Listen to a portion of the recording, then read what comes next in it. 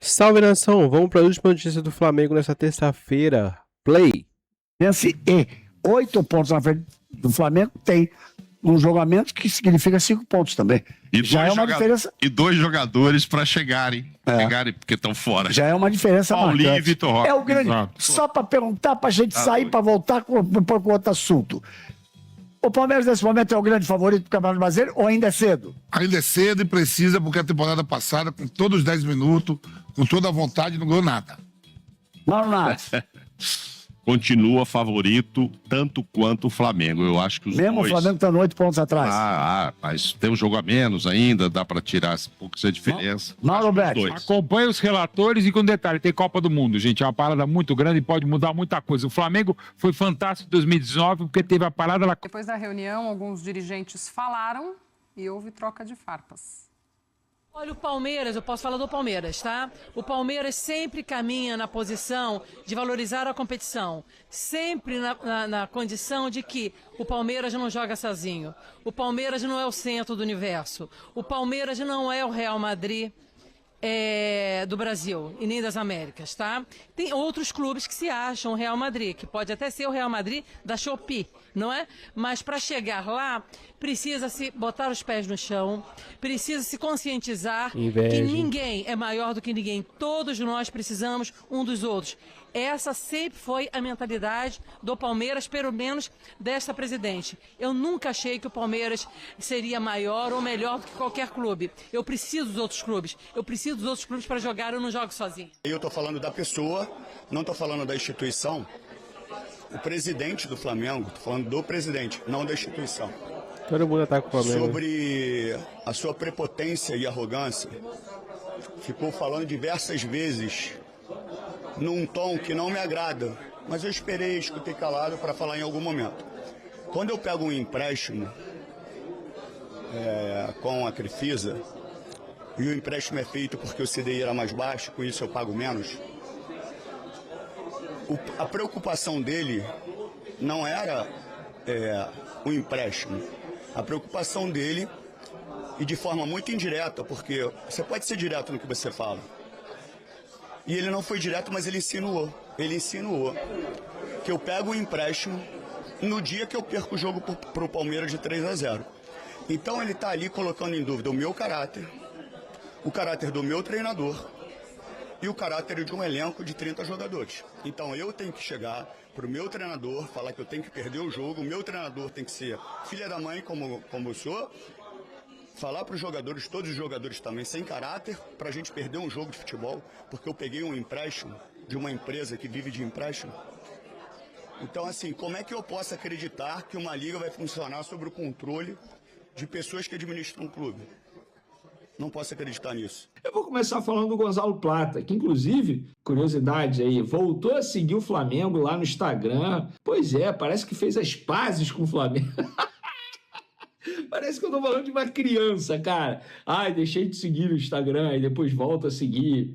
Parece meus tempos de adolescente lá no Orkut. Quem é dessa época? Orkut. Pois é, o Gonzalo Plata voltou a seguir o Flamengo lá no Instagram. Porém, o mais importante ele fez também. Atuou bem com a camisa do Flamengo na vitória sobre o Santos de virada por 3-1. E o Arrascaeta, capitão da equipe, saiu, entre aspas, em defesa do jogador, mas ressaltou sim que o jogador deu mole fora de campo. Leonardo Jardim também deu moral para o Gonzalo Plata e o Lucas Paquetá. Vamos lá, eu vou começar falando aqui do Arrascaeta. O Arrascaeta disse o seguinte: o Plata é um grande jogador. Acredito que ele pode agregar muito no nosso elenco e é muito querido por todos nós também. Às vezes a gente fica um pouco chateado. Obviamente ele errou em algumas coisas e a gente fala com ele. Mas também, às vezes, vocês pegam muito no pé de alguns jogadores e de outros não. Então é um cara que a gente respeita muito, que também foi cobrado, como falei, por algumas coisas que ele errou. E ele é consciente disso. Mas o quanto antes a gente recuperá-lo, iremos ganhar um excelente atleta. Então, Arrascaeta, vamos lá. Você mesmo acabou de dizer aí que o Gonzalo Plata deu uns molinhos fora das 4 linhas, que errou fora das 4 linhas. Então, nós da imprensa não pegamos no pé dele, não. Ele errou, e ele sabe que ele errou. Inclusive, o histórico dele, de erros assim, vem antes do Flamengo, tá? Antes do Flamengo. Todo mundo já sabia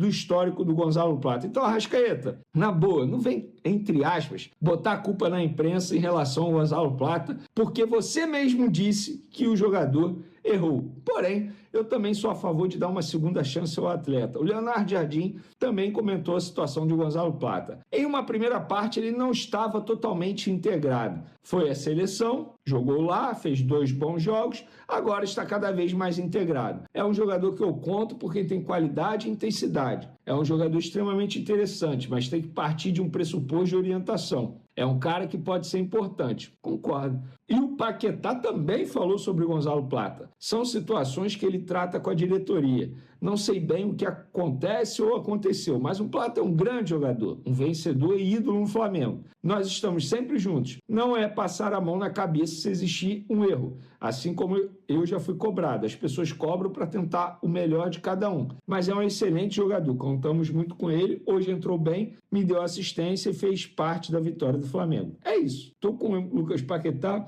Uma segunda chance ao Gonzalo Plata. Espero que ele aproveite. Lembrando que o Plata tem 77 jogos oficiais com a camisa do Flamengo, 50 como titular e 27 como reserva, 8 gols e deu 11 assistências. Repito, ele participou também do gol, na jogada ali do gol do Lucas Paquetá, que foi um golaço, inclusive.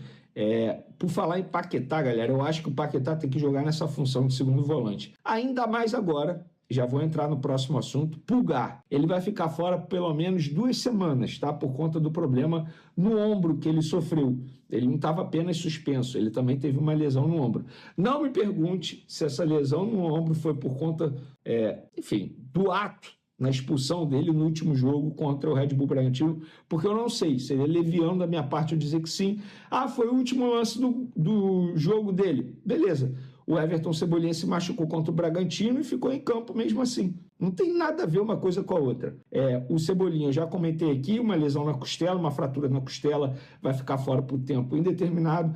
E o Pulgar fora por pelo menos 2 semanas por conta desse problema no ombro. E agora o que fazer? Tem que fazer como o Jardim fez no segundo tempo contra o Santos. Bota o Jorginho de primeiro volante, o Lucas Paquetá de segundo volante, a Arrascaeta ali responsável pela armação das jogadas, mas muito próximo da área, porque a gente pôde ver um Arrascaeta muito mais próximo da área do que propriamente o Pedro em vários momentos do jogo. E aí na ponta direita você, decide Luiz Araújo, Carrascal, o próprio Plata. Na ponta esquerda, Samuel Lino, embora o Samuel Lino com o Ayrton Lucas não renda, mas eu acho que é muito mais culpa do Ayrton Lucas. E por falar em Ayrton Lucas, não tem como mais defender.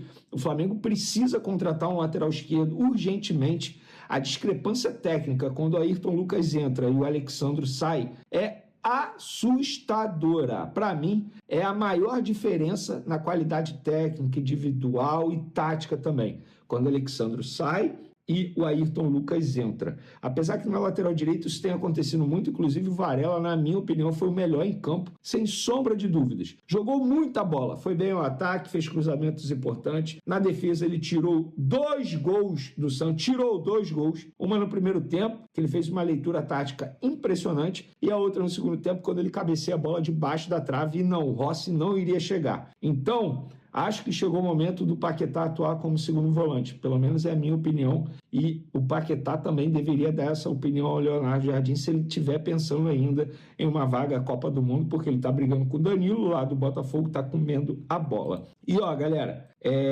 só para finalizar nosso vídeo, a agenda da semana no Flamengo, uma agenda agitada. Nessa segunda-feira já teve treino pela manhã, 10h30, terça-feira treino pela manhã, 10h30, 4 horas da tarde, voo.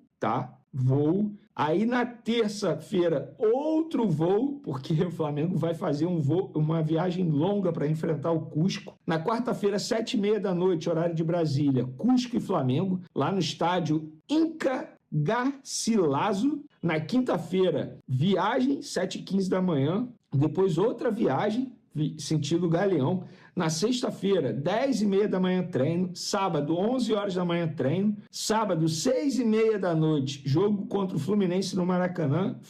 Fla, mando de campo do Fluminense. E no domingo, 10 horas da manhã, treino novamente. Olha, vocês vão precisar de muita aguinha para aguentar esse ritmo do Leonardo Jardim. Bom, galera, esse foi o nosso vídeo. Não esquece, galera, de se inscrever no canal, né?